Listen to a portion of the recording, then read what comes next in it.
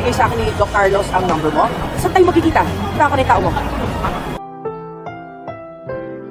Ang susunod na programa ay rated PG.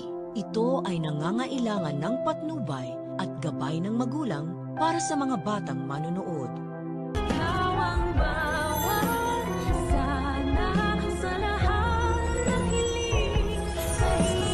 Kaya pwede tayo dyan. Naiwan ko na babae yung gloves niyo.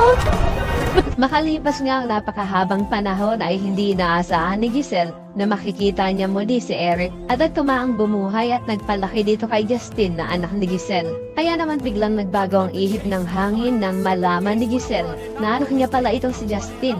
At parang pinagsisisihan niya ang ginawa niyang pagsampal dito. At kung sino nga si Eric sa buhay ni Giselle, ayan ang dapat nating abangan. Samantala, tuluyan nang pumayag si Lynette na magpakonsulta dito kay Doc Denise. Pakiramdam niya daw kasi ay para may mga tao lagi na mananakit sa kanya. At feeling talaga ni Lynette na masisiraan na siya ng bait. At matapos nga ang kanilang konsultasyon, ay makikita na lang natin ang mag-inang Lynette at Annalyn na nasa Nagoya, Japan na at makikita pa nga din nila doon si Doc Lyndon. Masaya si Annalyn na magkikwento kay Doc Lyndon ng kanyang experience sa Japan. Masayang-masaya daw si Annalyn dahil first time niyang sumakay ng eroplano at kasama niya pa ngayon ang kanyang nanay na first time din naman na mag-out of the country. Tatanungin naman ni Doc Lyndon si Annalyn kung ano daw unang naiisip nito kapag binababanggit ang bansang Japan.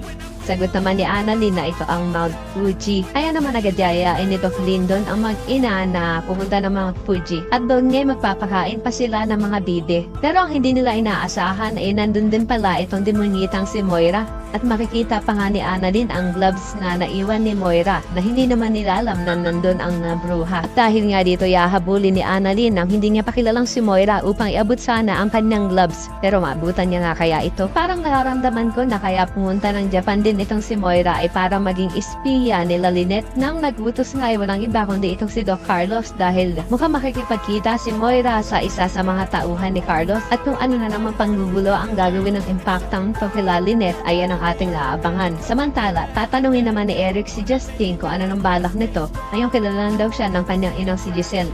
Sabi naman ni Justin na wala daw siyang balak dahil kinalimutan niya na daw at pinatay niya na sa kanyang isipan ang kanyang ina. Kaya naman ko isa ka rin sa mga umaasang sana hindi magtagumpay si Moira sa kanyang balak kila Lynette at Annalyn ay pakilike ang video na ito and don't forget to subscribe. Thanks for watching and see you next time. Bye-bye!